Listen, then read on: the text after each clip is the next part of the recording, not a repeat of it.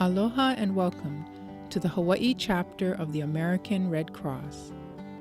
The American Red Cross serves the community in many different ways. I'm Mary Mino. I'm Director for Training and Preparedness for the Hawaii State Chapter. And my role really is to try to administer all nationally developed programs within our state. And they include first aid CPR, aquatics, and mission-related courses. The American Red Cross is best known for its prompt action after natural disasters like hurricanes and tsunamis. They also help people with personal disasters, like the loss of a home to fire and flood, and even the loss of a family member overseas. The American Red Cross provides a vital link between our military personnel and their families, and will often fly soldiers home to meet their newborn child, or in sad instances, to bury a loved one.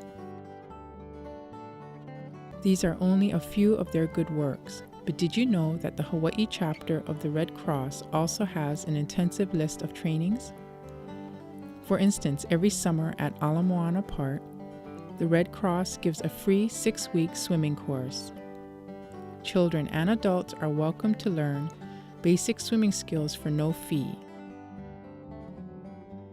Another popular course is the Cardiopulmonary Resuscitation Training, or CPR. You may already have done this training, for many employers require it of their employees. CPR for adults has now branched out to CPR training for infants and babysitter training courses. Basic first aid is also a popular training. There is even a first aid class for dogs and cats. Also offered is an automated external defibrillator, or AED, training, and emergency response for first responders and professional rescuers. The American Red Cross is committed to serving humanity as is stated in their fundamental principles, and I quote, "The International Red Cross and Red Crescent movement, born of a desire to bring assistance without discrimination to the wounded on the battlefield, endeavors, in its international and national capacity, to prevent and alleviate human suffering wherever it may be found." We're chartered by the United States to respond in times of disaster. And then in the disaster response, we're really responsible for the first 72 hours in our own jurisdiction. So for instance, if a disaster occurred here in Hawaii, we've got to control things for the first 72 hours while they deploy people from all over the nation to come here. My name is Goldie Brangman-Dumpson, and I have the title of the Volunteer Health Consultant here at the Red Cross. I'm volunteering now since I went into nursing training in 1940. That was my first experience with Red Cross, where I was volunteered. We were given a can with a Red Cross on it, and we went down to Times Square in New York and raised funds for a lot of things that they need funds for. So add that up, it's about 68 years. So it's been quite a while. We are not just disaster. Disasters are biggie, and everything else has to take second place to it. If we have a severe disaster, then classes stop, everything stops, we work on disaster.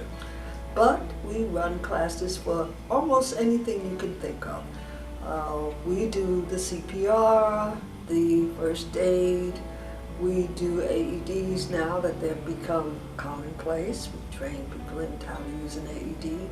We do babysitting.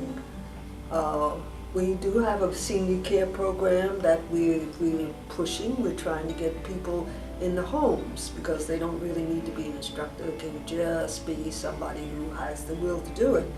Then they can take over, and we will provide the materials for them to study and spread what they can do, the things that they need to do for the elderly people who are at home. It's a big thing with the elderly, and I'm glad to see that you're getting into it, because I would like you to really be thinking about aging in place. It is so important that we can do it at all to keep the elderly in their own homes. And that's one of the things I think Red Cross can do, because they can really train people to do all of the first aid, and they even recognize the symptoms and signs of certain things that would be particular to elderly people, and they can keep them in the home instead of farming them out to a long-term care home or a assisted living project or something of that nature. When Kapi'olani Community College could not meet the demand for training CNAs, the Red Cross began offering the trainings to assist in getting more CNAs into the workforce. Do we have pet first aid course? Yes. And we have pets, there's one of them right up there. They learn how to do CPR on the animals. It covers everything. Well, of course it's cats and dogs. We don't do birds and fish. They'll have to take their chances, but we do the cats and the dogs. And it's a very popular program, oddly enough.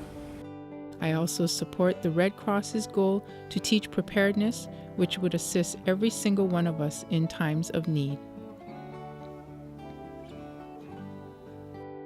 My name is Stephanie Alfonso, and I work for the American Red Cross, and I've been here for 10 years, and here we have the first aid products and disaster kits. Not many people know about our store, but I'd like to kind of show you what we have. Here are the disaster kits.